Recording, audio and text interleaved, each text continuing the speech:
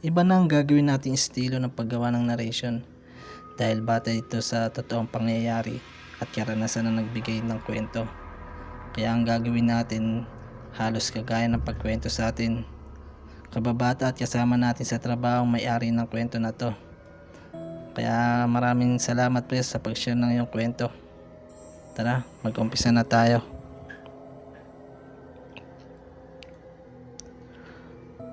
Ang kwento ko ay batay sa naranasan ng kuya ko na si Sammy. Nasa 16 o 17 years old siya nung nangyari to. Dahil tapos na ang eskwela at bakasyon na, naisipan ni kuya sa amin na magbakasyon sa Nueva Ecija.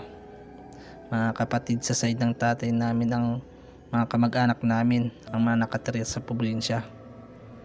Dahil bukid naninirahan sila tita, malawak ang bakuran nila. Maraming mga halaman at puno ang nakapaligid sa kanila. Yung tipo ba na ang tarangkahan nila kawayan pa. Tapos ang nagsisilbing bakuran nila, mga halaman at mga puno. Kaya typical na nasa probinsya ka talaga. Yung itsura ng bahay nila tita naman ay yung bungalow style na bahay. Tapos mayroon terrace sa harapan at may mga mahabang upuan na pahingahan. Nakarating si kuya ng bandang alas 6 na ng hapon at pagkapahingan niya ng ilang oras, inahin na siya nila tita na maghapunan. Kasabay naman ang pagdating ng mga pinsan namin.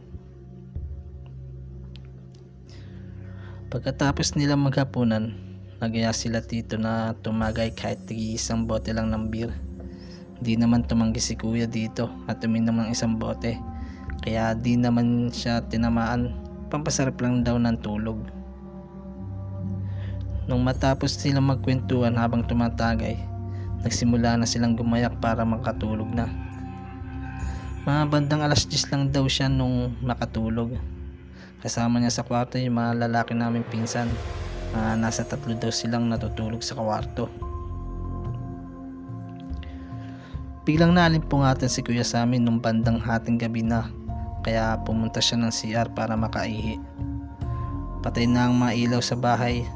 Ang bukas lang daw yung ilaw sa gawi sa likuran ng bahay, kaya kahit papano may liwanag. Nang pabalik na si kuya sa kwarto para matulog uli, natanaw niya na may tao sa terrace. Dahil ang bintana nila ay yung jealousy, kaya matatanaw mo yung terrace mula sa loob. Inisip ni kuya na yung tito namin yun, kaya siya lumabas. Pagbukas niya ng pinto papalabas, at dilim yung gawing terrace.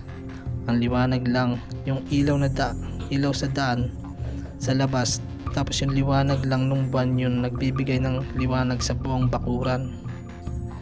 Yung sa gawing terrace medyo madilim na. Pagkalabas ni kuya, nakita niya na may nakaupo sa mahabang upuan sa gilid ng terrace. Tinawag niya ang yung nakaupo, "Tito." Sa paningin niya, malapit lang yung nakaupo. Kaya alam niya na maaabot niya to. Kaya kinakalabit niya, pero di niya maramdaman. Paulit-ulit niya tong inaabot at tinatawag, pero di niya maabot at di sumasagot. Napahinto lang siya sa ginagawa nung humithit to na sigarilyo. Tapos yung liwanag ng sigarilyo yung nagbigay figura dito. Hindi makapaniwala si kuya sa nakikita. Para daw siyang binuhusan ng napakalamig na tubig. Nung maaninag niya yun nilalang na nakaupo sa mahabang upuan. Napakalaki daw nito, tapos napakadaming balahibo. Sa sobrang takot ni Kuya Sammy, napasigaw daw siya ng malakas, kaya nagising sila tita sa kanya. Nagmamadali daw siyang pumasok sa loob ng bahay, sabay pagbukas ng ilaw. Tinanong daw siya nila tita kung bakit napasigaw, kaya kagad niyang sinabi yung nakita niyang nilalang sa terrace ng bahay.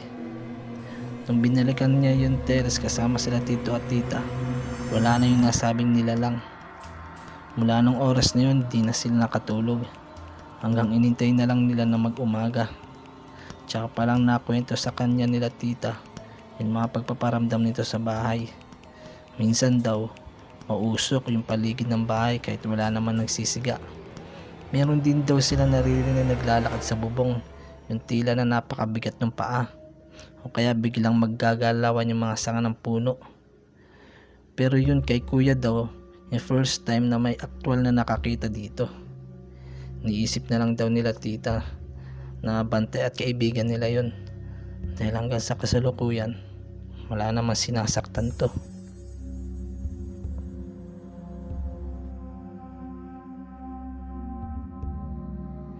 Maraming salamat nga pala sa mga nakinig at nanood sa mga nauna natin mga video. Sana umabot na ng 100 subscriber na ang ating YouTube channel sa loob ng 2 buwan, o kahit 50 subscriber lang, malaking achievement na yun. Para naman mas ganahan tayo gumawa pa ng mga horror at suspense narration videos, paki-like din nga pala ang mga video at mag-comment na rin kayo para lumaki ang ating channel. At sa mga di pa nakapag-subscribe, mag-subscribe na rin kayo at pindutin ang notification bell para updated tayo sa mga bagong video. Muli, maraming salamat.